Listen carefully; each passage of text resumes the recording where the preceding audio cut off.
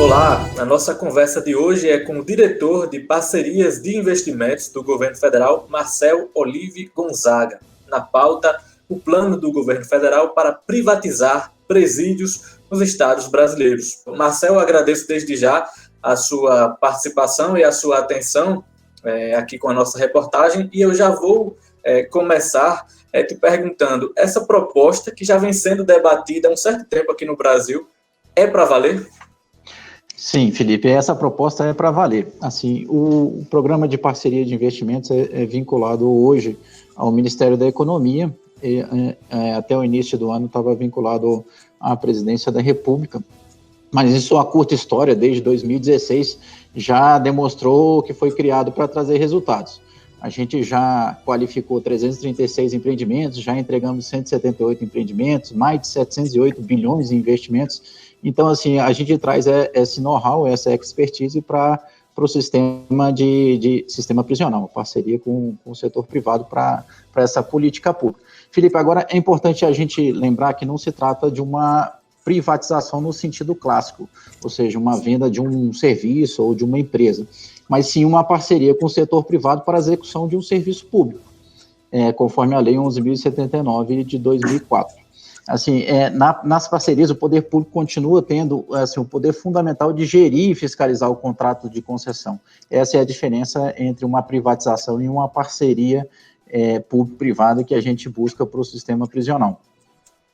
E como é que o governo pretende implantar essa proposta na prática? Isso vai se dar a partir de uma relação com os estados ou de uma proposta legislativa? Como é que vai acontecer esse processo?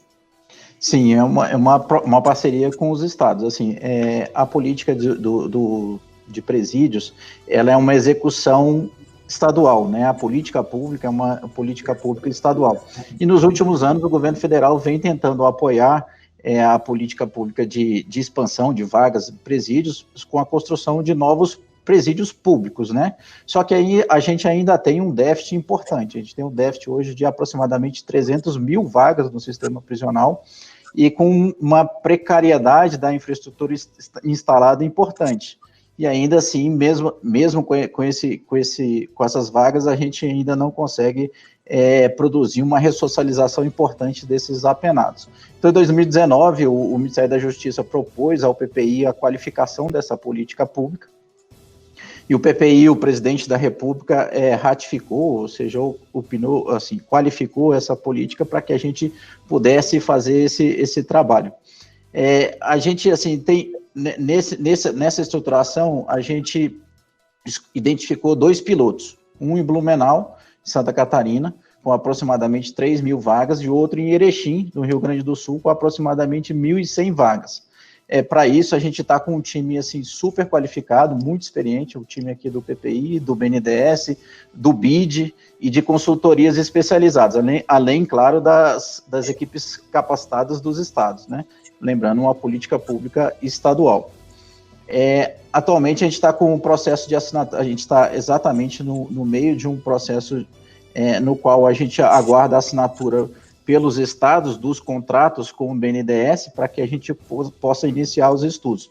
A gente já tem identificado as consultorias, já foi feito o pregão pelo BNDES, então a gente está apto a iniciar, aguardando apenas esse passo burocrático para dar início. Assim, depois, assim, quando a gente tiver esses contratos assinados, a gente vai iniciar os estudos que vão começar pelas diretrizes operacionais, indicadores de desempenho, engenharia, modelo econômico financeiro, jurídico, modelagem da PPP e aí um leilão para poder escolher o parceiro privado para essa parceria. É importante colocar que assim, a gente tem algumas diretrizes para a estruturação, a gente estabelece diretrizes para esses estudos, tanto para o BNDES quanto para as consultorias. No final de 2019, a gente fez um evento aqui em Brasília, em que a gente chamou os maiores especialistas da área, assim, tanto nacionais e internacionais, para a gente organizar o que os estudos nos levarão, né? O primeiro é, assim, respeito integral à lei de execução penal, a gente segue todas as diretrizes estabelecidas ali, E o trabalho do preso como estímulo à ressocialização, esse é um ponto super importante dentro do processo. A valorização dos policiais penais para que se dediquem cada vez mais às suas funções próprias de Estado, como foco nas atividades de planejamento, inteligência, contra-inteligência, e assim como em outras atividades não delegáveis à iniciativa privada. E é claro, assim, a busca com o parceiro privado busca sempre a eficiência das unidades, da operação dessas unidades. A gente espera, Felipe, que a gente tenha leilão já em 2022, início de 2022, a gente tenha passado por todo esse processo de estruturação para que a gente possa escolher os parceiros privados dessas parcerias. Ah, entendi. Você citou um ponto que eu vou falar mais à frente, que é o trabalho dos apenados, mas a princípio, a partir de quando o governo federal, por exemplo, pretende iniciar essa discussão com os demais estados? Por exemplo, já tem uma discussão relacionada ao Nordeste e à Paraíba? Já tem algum levantamento sobre os presídios dessa região? Então, Felipe, assim, a gente trabalha assim aqui no PPI com projetos pilotos para que a gente consiga identificar o melhor modelo a ser replicado. Assim, a gente não inicia como uma política pública inovadora, essa parceria com o privado em um sistema prisional. A gente precisa estabelecer o melhor modelo ou os melhores modelos para aí sim replicar isso no resto do país. É importante falar que uma parceria dessa é uma parceria de 25 a 30 anos, então uma modelagem mal feita, isso pode gerar um problema importante para o Estado, para a política pública. Então a gente trabalha com essa lógica de pilotos e depois, na sequência, a gente faz o chamamento para novos estados incorporarem a esse processo. Sempre lembrando que se trata de uma política pública estadual e que depende do interesse do próprio Estado querer desenvolver esse modelo na sua região, né? E como é que está o interesse dos estados? Eles estão procurando, de fato, essa discussão ou está partindo, basicamente, de uma iniciativa do governo federal? Então, assim, parte sempre, essa iniciativa do governo federal existiu, como te falei, assim, em 2019 a gente qualificou a política pública, só que, assim, para que essa política pública dê certo, a gente sempre aguarda que o Estado nos procure, porque é mais uma necessidade detectada do próprio Estado em buscar um novo modelo do que o governo federal impor ou querer que isso aconteça nos estados. Então, a gente sempre trabalha com a lógica de procura pelo Estado, né, de interesse do Estado para que a União apoie esse modelo. Compreendi. Um dos pontos mais discutidos sobre essa questão é como vai se dar o trabalho dos apenados, né? Inclusive, eu conversei antes de dialogar com você com o Bené Barbosa, que é um famoso criminalista, especialista em segurança pública nessa área.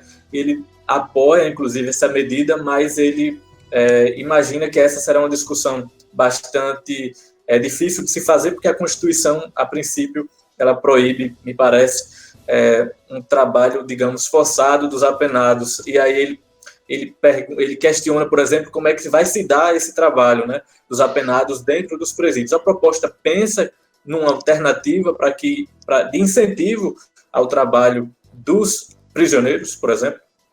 Esse ponto é super relevante. Assim, na semana passada, na semana retrasada, a gente fez uma reunião com representantes do CNCPC, que é o conselho que regula a política penal, com o Ministério Público, com o Departamento Penitenciário, com o Ministério da Justiça, assim, entre outros atores bem relevantes nessa discussão. Assim, realmente, a Constituição, a gente não pode obrigar com que o preso trabalhe, isso não é um trabalho forçado, mas é uma oferta de um benefício ao preso.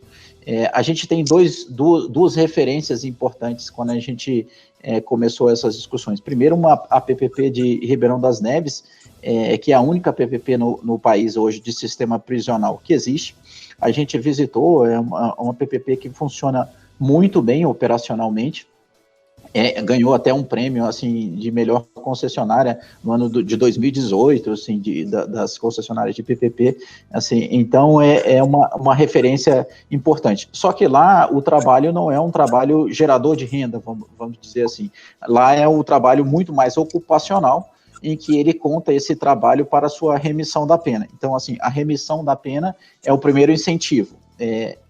não estamos obrigando, ninguém obrigará, o Estado não obrigará o preso a trabalhar, mas ele oferta, assim, conforme a legislação, a possibilidade de remissão da pena em função do seu trabalho e também do estudo, não só do trabalho. Uma outra experiência que a gente buscou foi a experiência de Santa Catarina, uma experiência assim sensacional, também ganhou o prêmio agora em 2019, assim, do prêmio Inovare, em que grande parte dos trabalhadores, dos apenados trabalham trabalham voluntariamente. Só que lá funciona como uma espécie de presídio industrial. As indústrias se associam ao sistema prisional, se instalam ali dentro do sistema prisional e ofertam esse trabalho ao apenado. E a procura, assim, do apenado para que trabalhe assim, acontece. O preso realmente quer trabalhar, porque primeiro ele tem ali a remissão da pena, como eu te falei, e também tem uma remuneração. Na verdade, assim, a lei de execução penal estabelece que o peno, quando for remunerado, deve ganhar pelo menos 3/4 de um salário mínimo, né? Na verdade, a remuneração daquele trabalho seja no mínimo de 3/4 de um salário mínimo, né? E essa remuneração, ela é dividida entre várias partes, mas pode ir para o preso, pode ir para pagar os seus próprios custos, entre outras categorizações lá da legislação. Então, assim, quando a gente visitou o sistema de Santa Catarina, uma em Chapecó e outra em Curitibanos. Assim, os presos estavam realmente trabalhando e trabalhando porque queriam estar trabalhando. E a gente notou ali um processo de ressocialização super importante, em que, assim, não se detecta mais, assim, não se acha mais armas ali escondidas, aquelas facas, aqueles pedaços de ferro ali para poder o preso ferir o outro. Quando um preso comete alguma falta, ele é retirado desse ambiente de trabalho e isso passa a ser uma penalidade para ele muito mais importante, afeta ele muito mais do que aquela penalidade de só privar de banho de sol ou qualquer penalidade dessa hoje existente nos sistemas prisionais.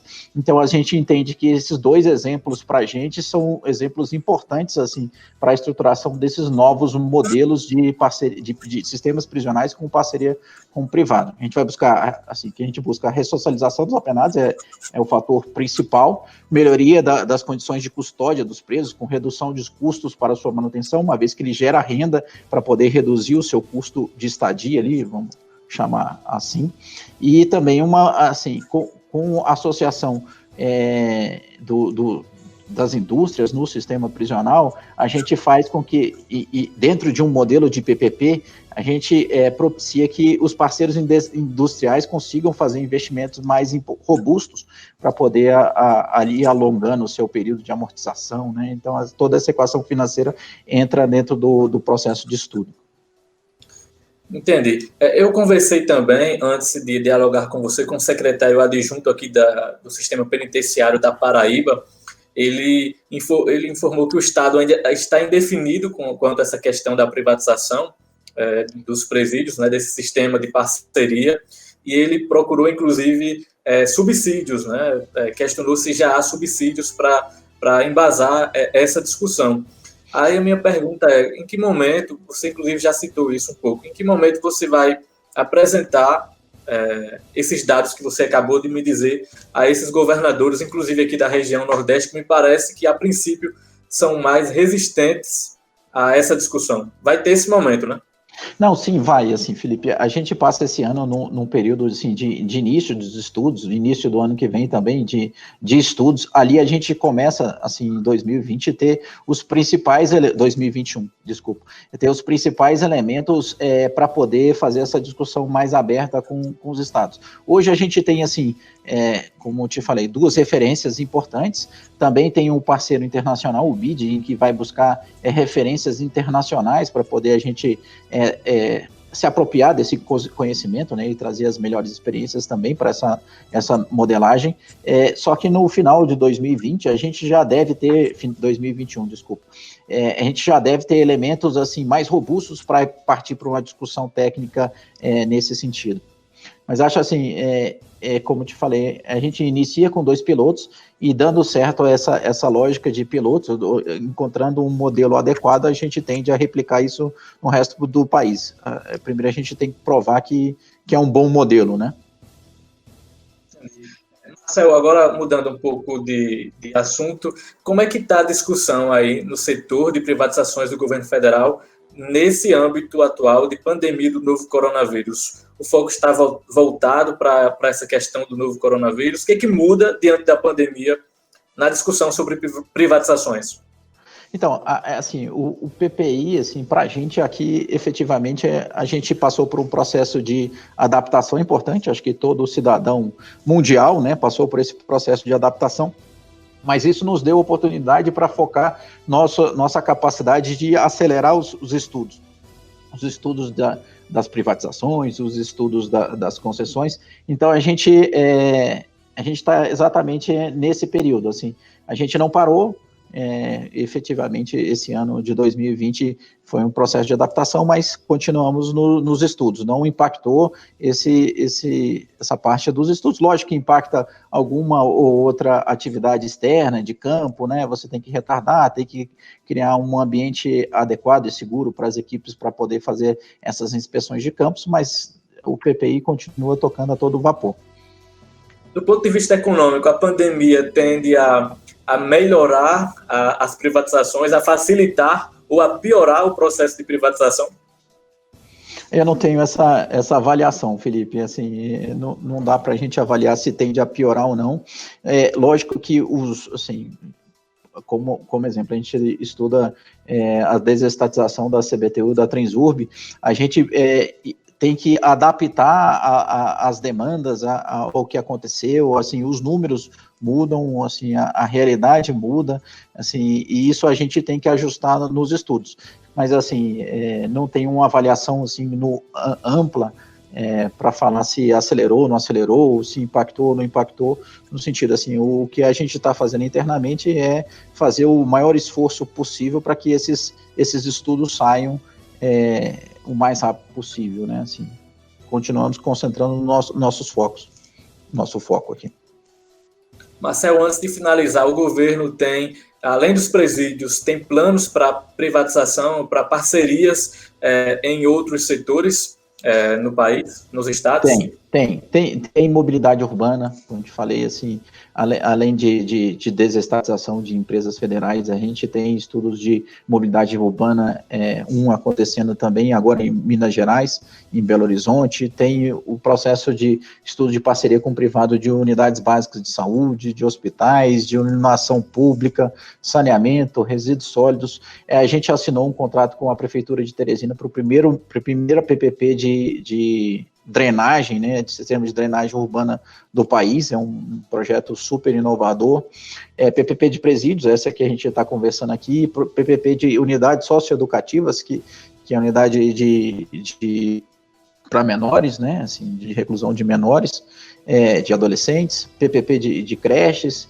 Então, o PPP, além das PPPs, além das concessões tradicionais de rodovias, aeroportos, então o PPI continua com toda uma gama, assim, setor elétrico, setor de petróleo e gás. Então, o PPI tem um leque importante aí de estruturações de parcerias, de PPPs, de desestatizações. Entendi. Marcel, agradeço, então, pela sua atenção e participação aqui com a nossa reportagem. Eu deixo esse espaço final para que você possa deixar aí uma mensagem sobre as privatizações, né, sobre o futuro, o que o setor planeja. Aí, que mensagem você deixa para os paraibanos com relação aí ao setor das privatizações do governo federal? Não, o governo federal vem apoiando não só privatizações, né, Felipe, assim, essa busca de parceria com o privado para que a gente traga maior eficiência para tanto as empresas, né, tanto para as concessões, para os serviços públicos, e essa busca de parceria com o privado, para a gente aqui, é uma busca super importante, que a gente acredita que trará frutos na prestação de serviços públicos no país. Aqui o PPI tem uma equipe super qualificada, uma equipe muito dedicada, muito técnica, e que fará o possível para que isso aconteça na melhor qualidade possível, na melhor forma possível. E a Paraíba também está dentro desse processo.